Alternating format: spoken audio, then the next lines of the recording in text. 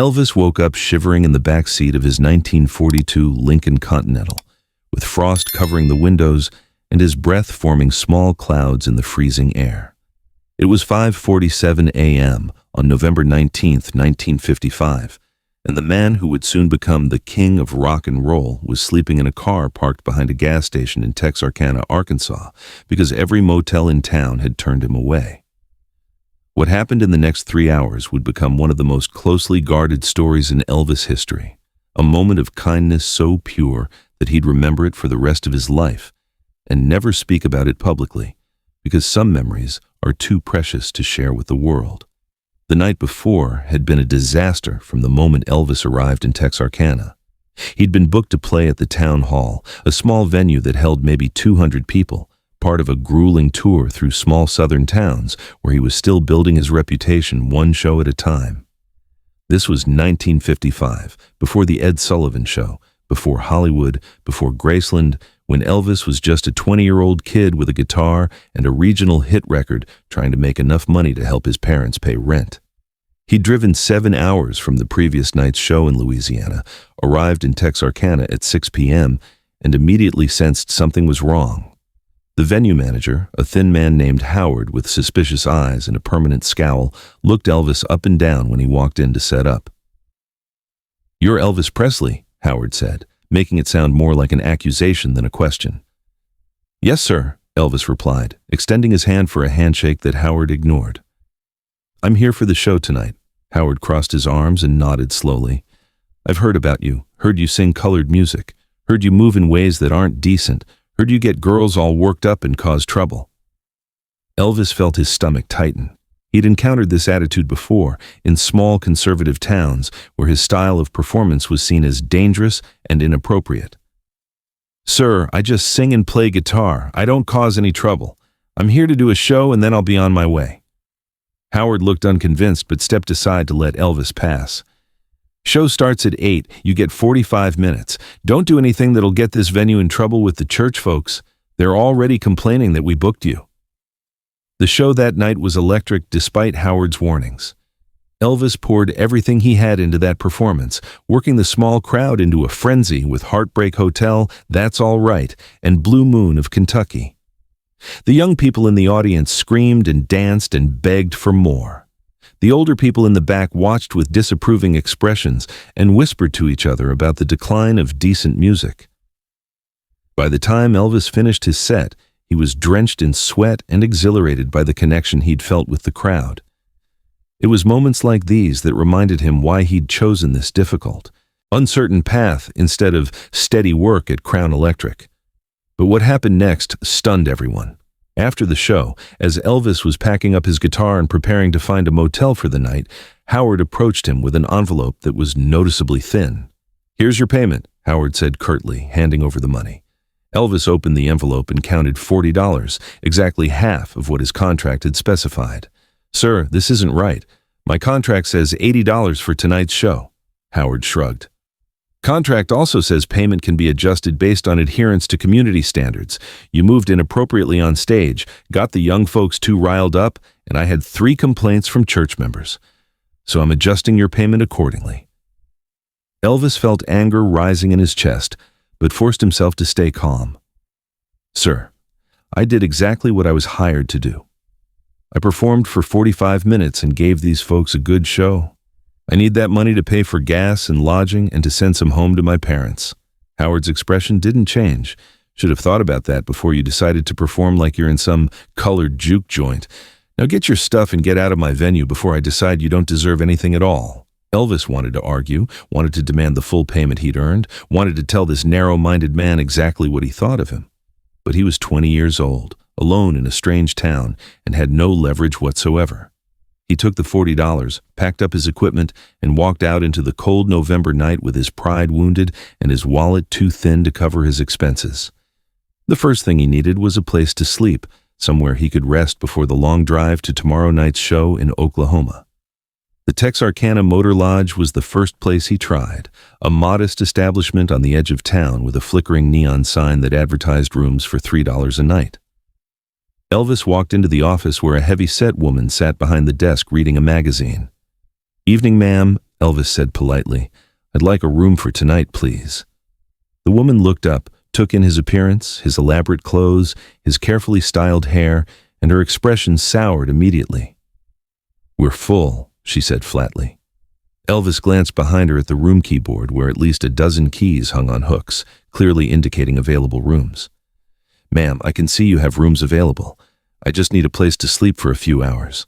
I'll be gone first thing in the morning."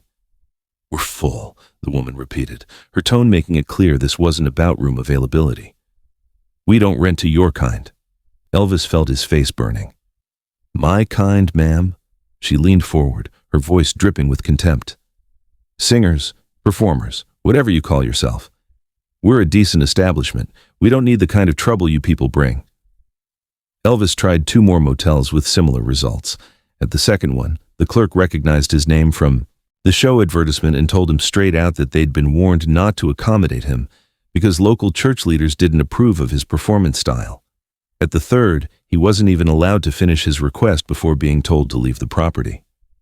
By midnight, Elvis was driving around Texarkana with nowhere to go, $40 in his pocket that he needed for gas and food, and a growing sense of despair about the path he'd chosen for his life. He pulled into an all-night gas station on the outskirts of town, filled up his tank with $10 worth of gas he couldn't really afford, and asked the attendant if he knew of any place that might have a room available. The attendant, a kid maybe 17 years old, looked at Elvis with something like pity. "Mister, if the motels in town won't take you, you're out of luck. There's nothing else for miles. Your best bet is to drive on to the next town, but that's at least 2 hours from here." Elvis thanked him and sat in his car, trying to decide what to do. He was exhausted from the drive and the performance. He had another show tomorrow night that required him to be rested and focused, and he didn't have enough money to waste gas driving around aimlessly looking for accommodation. But then, something unexpected happened. Elvis made a decision that felt like admitting defeat, but was really just practical survival. He'd sleep in his car right there in the gas station parking lot and get back on the road at first light. It wasn't the first time he'd slept in his car during these early touring years, and he suspected it wouldn't be the last. He pulled around to the back of the gas station where his car would be less visible, reclined the front seat as far as it would go, pulled his jacket over himself like a blanket, and tried to sleep. The November night in Arkansas was brutally cold. The temperature dropped below freezing, and Elvis's car had no heater that worked properly. He dozed fitfully, waking every hour or so, shivering so hard his teeth chattered, pulling his jacket tighter, curling into a ball to try to preserve body heat. Around 3 a.m., he gave up on sleep entirely and just lay there in the dark, staring at the frost-covered windows, wondering if this is what success was supposed to feel like. He'd had a hit record, was touring regularly, was making more money than he'd ever made at Crown Electric, and yet here he was, freezing in a car behind a gas station because people thought his music was indecent. Elvis thought about his mama back in Memphis, probably sleeping in the small apartment he'd helped them move into with his music money. He thought about the promises he'd made to her, that this music career would lead to something better, that the hard times were temporary, that eventually they'd have a real house with enough rooms and enough heat and enough security that she'd never have to worry again. Lying there in that freezing car, those promises felt impossibly distant. He thought about his daddy, who'd been skeptical of this whole music thing from the start, who'd wanted Elvis to keep his steady job and stop chasing dreams that seemed more likely to break his heart than make him successful. Maybe his daddy had been right. As dawn broke on November 19th, Elvis was still awake, still shivering, still trying to figure out how he'd ended up in this situation despite doing everything he was supposed to do.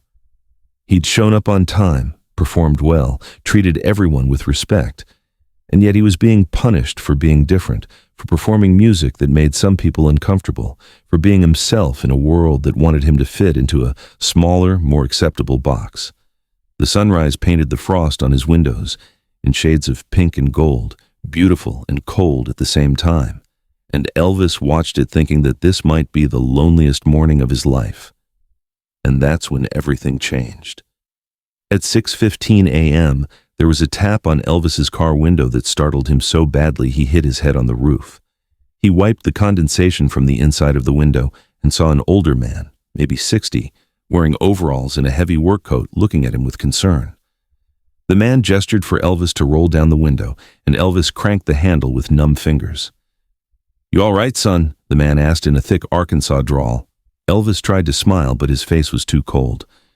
"Yes, sir, just resting before I get back on the road."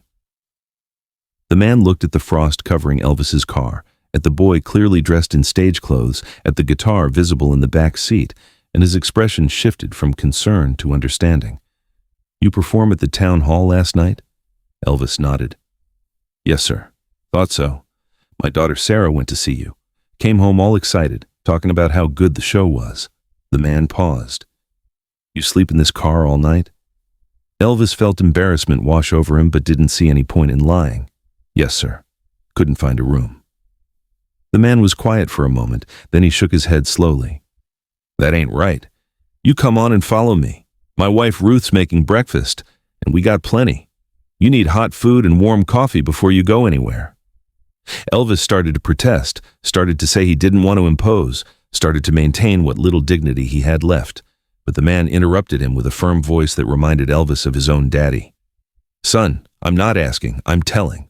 You follow me home, you eat breakfast, and then you can be on your way. Understood?"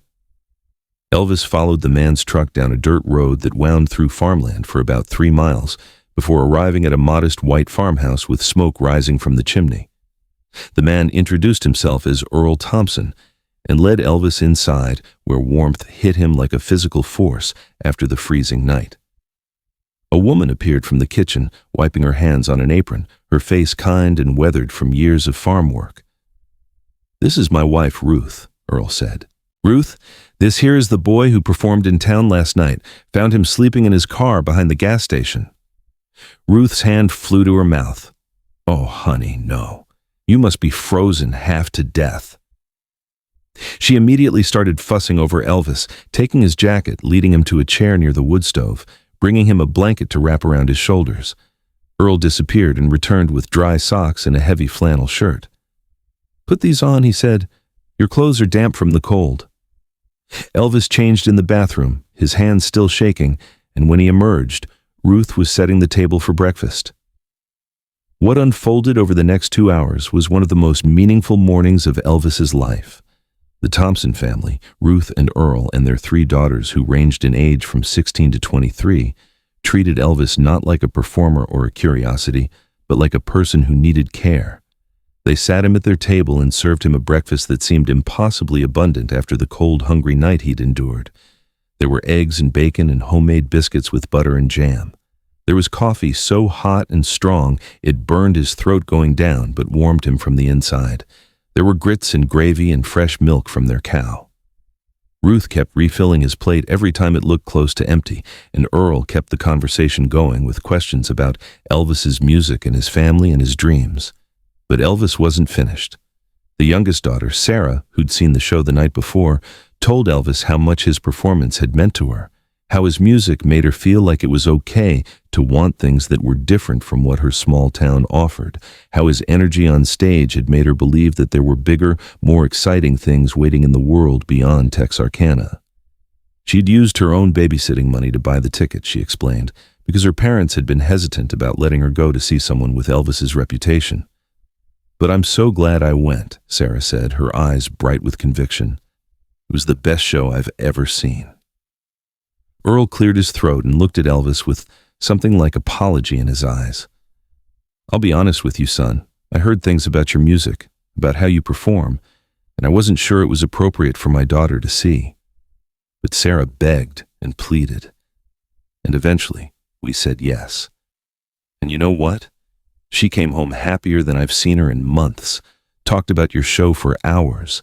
That tells me whatever you're doing up there on stage, it's reaching people in a good way. So I'm sorry for judging before I knew. Elvis felt emotion rising in his throat. "Sir, ma'am, I can't tell you what this means to me. Last night I was thinking maybe I should give up this music thing. Seemed like everywhere I turn, people are telling me I'm doing something wrong, that my music is inappropriate, that I'm causing trouble. Then I spent all night freezing in my car because nobody would give me a room. I was starting to think maybe they're right, maybe I should just Go home and get a regular job and stop trying to be something I'm not." Ruth reached across the table and put her hand over Elvis's. "Honey, don't you dare give up. You got something special, something that makes young people happy and hopeful. That's a gift from God, and you don't waste gifts from God just because some narrow-minded folks don't understand them." Elvis wiped his eyes, trying not to cry in front of these kind strangers who'd shown him more compassion in 2 hours than he'd experienced in the entire previous day. But there was one more twist coming. As Elvis prepared to leave, thanking the Thompsons profusely and promising to pay them back someday for their kindness, Earl stopped him at the door. "Son, I want you to have this."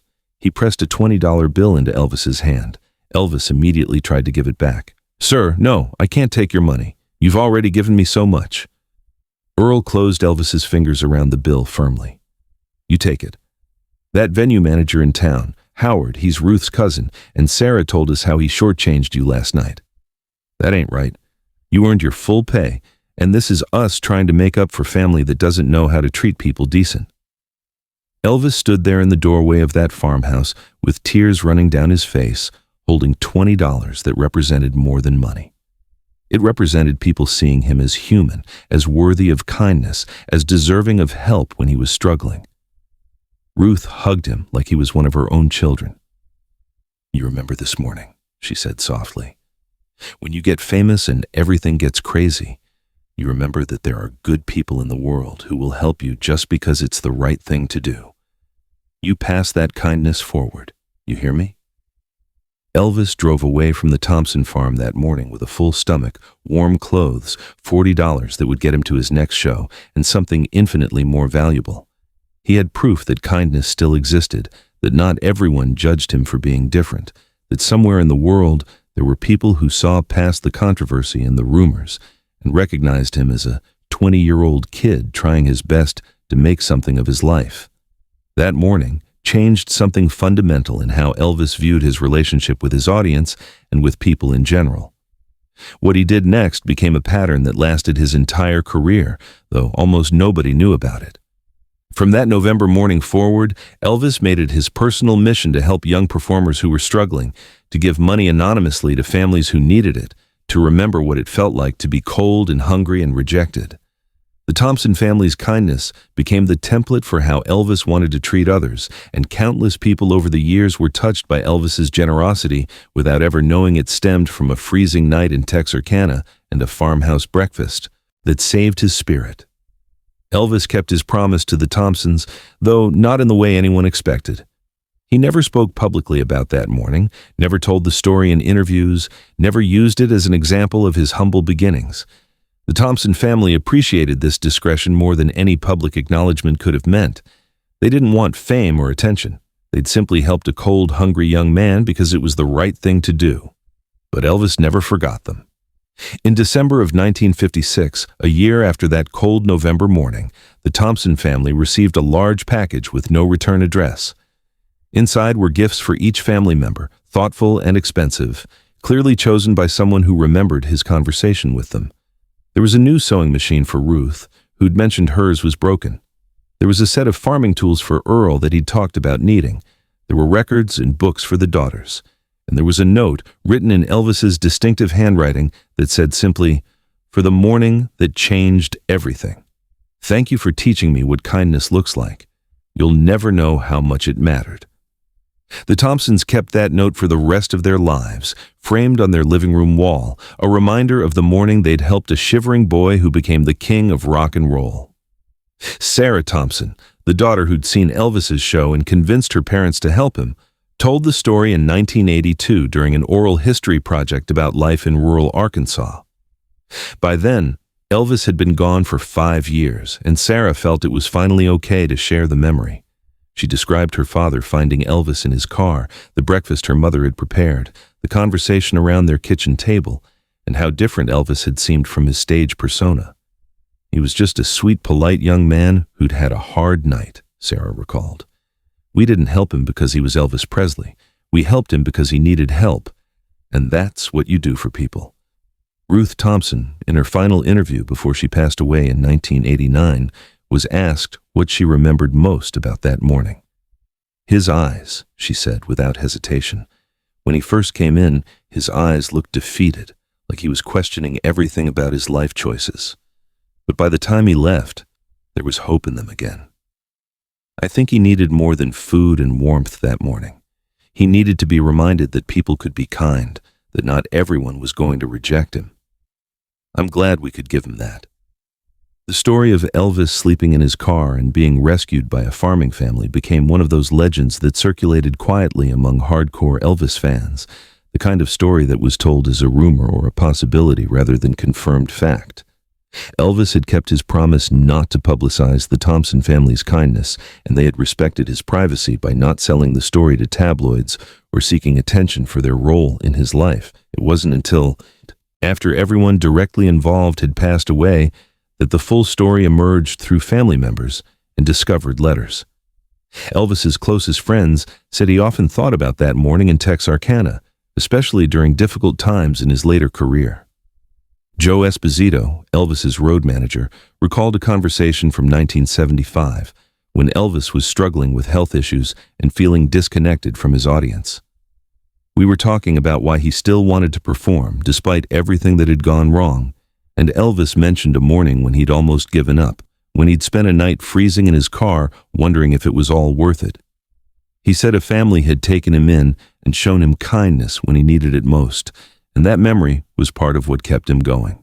Charlie Hodge, Elvis's longtime friend and guitarist, remembered Elvis once saying that the best breakfast he ever had wasn't at some fancy restaurant or hotel, but at a farmhouse table with people who didn't care about his fame or his reputation. They just cared that he was hungry and cold, Charlie recalled Elvis saying. That's the kind of people I want to surround myself with. People who see past all the Elvis stuff and just see me. The impact of that November morning rippled through Elvis's life in ways both obvious and subtle. His habit of giving away cars, jewelry, and money to strangers became legendary. But few people understood it was rooted in remembering what it felt like to have nothing and be helped by someone with no expectation of return. His insistence on treating venue staff, backup musicians, and crew members with respect came from remembering how Howard had treated him in Texarkana, and his determination never to make anyone feel that small and powerless. His love of home-cooked meals and simple food stemmed from that morning when Ruth's biscuits and gravy had tasted better than any gourmet meal he'd ever been served. In Elvis's personal effects after his death, investigators found a small notebook where he'd written down names and addresses of people who'd helped him during his early struggling years. The Thompson family's name was there, along with a note that said, Texarkana, November 1955. Took me in when no one else would. Best breakfast of my life. Reminded me people could be good. Below that, he'd written the dates he'd sent them gifts over the years, careful records of his attempts to pay forward the kindness they'd shown him. The farmhouse where the Thompsons fed Elvis that cold morning still stands outside Texarkana, though it's no longer owned by the family. The current owners learned about its history and have preserved it carefully, occasionally allowing Elvis fans to visit and see where one of the King's most meaningful mornings unfolded. There's no plaque or marker, nothing to indicate the historical significance, just a white farmhouse with a porch and a chimney, where smoke once rose on a cold November morning when a struggling young signer learned that kindness exists even in the darkest moments. The story teaches us something profound about fame and humanity. Elvis Presley, at the height of his career, performed for millions, made countless records, starred in movies, and became one of the most recognized faces in the world. But the morning he remembered most fondly, the breakfast he called the best of his life, happened in obscurity around a farmhouse table with people who had no idea he'd become famous and who helped him simply because he needed help. That morning reminded Elvis that his worth as a person had nothing to do with his success as a performer, that human connection mattered more than professional achievement, and that sometimes the most important moments in our lives happen when we're at our lowest, and someone chooses to lift us up. The night Elvis slept in his car could have been the night he gave up on music, the night he decided the cost of being different was too high, the night he concluded that maybe everyone who told him to get a regular job was right. Instead, because of a farmer who tapped on a frosted window and a woman who wouldn't let a cold, hungry boy leave without a proper meal. It became the night that strengthened Elvis's resolve to keep going, to keep being himself, to keep creating music that made people feel something even if it made other people uncomfortable. Decades after that frozen November morning, Sarah Thompson said something in an interview that perfectly captured what made that day so special. "Elvis probably doesn't remember me," she said in 1978, not knowing that Elvis had remembered her very well and had sent her family gifts for years because of that morning. "But I remember him. I remember how grateful he was for a simple breakfast, how he teared up when Mama hugged him, how he looked at our family like we'd given him something precious instead of just eggs and coffee. I think that morning we gave him hope, and maybe that hope is what helped him keep going until he became Elvis Presley." But Sarah was wrong about one thing. Elvis did remember her. He remembered her enthusiasm about his show, her defense of his music to her skeptical parents, the way she'd looked at him like his differentness was something to celebrate rather than condemn. In the notebook where he kept names of people who'd helped him, next to the Thompson family entry, Elvis had written, "Sarah saw something in my music worth defending. Her daddy saw something in me worth saving.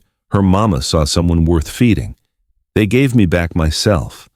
The morning after the coldest night of Elvis's early career became a story about how small acts of kindness can change the trajectory of a life, how seeing someone's humanity matters more than judging their choices, and how the most meaningful moments often happen away from stages and cameras and crowds.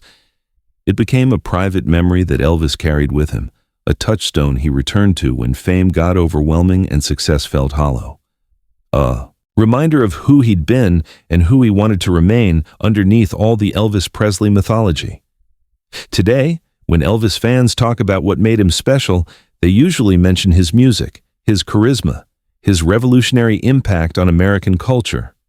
But those who know the story of the Thompsons and the frozen car and the farmhouse breakfast understand that part of what made Elvis special was his ability to remember where he came from, to never forget what it felt like to be rejected and cold and desperate, and to spend the rest of his life trying to be for others what the Thompson family had been for him on that November morning. People who offered help without judgment and kindness without expectation of return. The best breakfast Elvis ever had wasn't about the food, though Ruth Thompson's biscuits were apparently legendary.